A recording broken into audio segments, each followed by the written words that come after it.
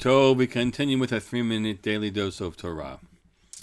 At a Jewish wedding, there are certain moments that harken back to earlier points and biblical stories. Specifically, the moment of the Badeken, that custom that we have of bedecking the wife, the bride, which means to pull something over one, like to bedeck something. In this case, to place the veil upon the bride. Now, why do we do that? And people often say, "Oh, yes, this is because of the to make sure you don't have the wrong woman. Make sure you don't have the wrong woman, right? Because that's Rachel was supposed to marry Yaakov, and then it was Rivka.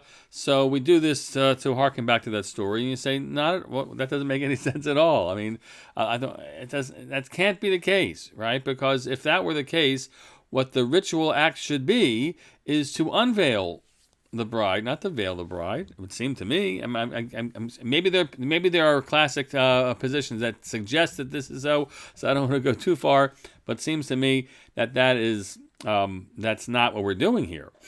And in fact, what we have is the storyline when in our parsha, Chayei Sarah, that seems to be the basis of it. The Torah describes that Eliezer brings Rivka to back to Canaan with him, and the Torah says that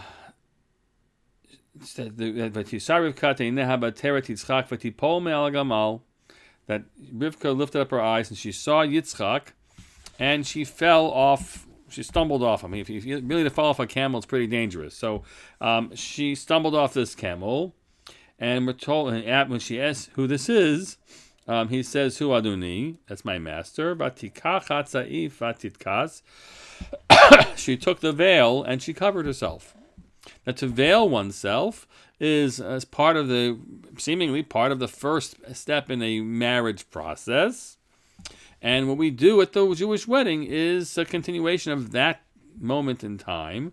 And how do you know that that's the case? Because the custom is that as the chatan comes to the bride and veils her, then the family comes forward, and specifically the family of the bride comes forward and offers a bracha to her, and they say, "Achotenu atayila fe'revava," that our sister, may you indeed grow to be thousands and myriads of descendants from you, which is actually a reference, as all the Mefarshim say, that you, Rivka, because that's the words we take the bracha that Rivka's family gave to her before she's given off to be married, that you should be the one who receives the blessings that God had promised to Abraham about his progeny. You should be the woman who's going to be part of that. So, if anybody ever asks you, why do we have a Badeken, and you're tempted to say, oh yeah, the switcheroonie between Rachel and Leah, pause and recognize the story seems very clearly, and indeed from the other elements of the minhag that we have, is more about Rivka and Yitzchak, and the first step in a Jewish marriage. Wishing you all a great day.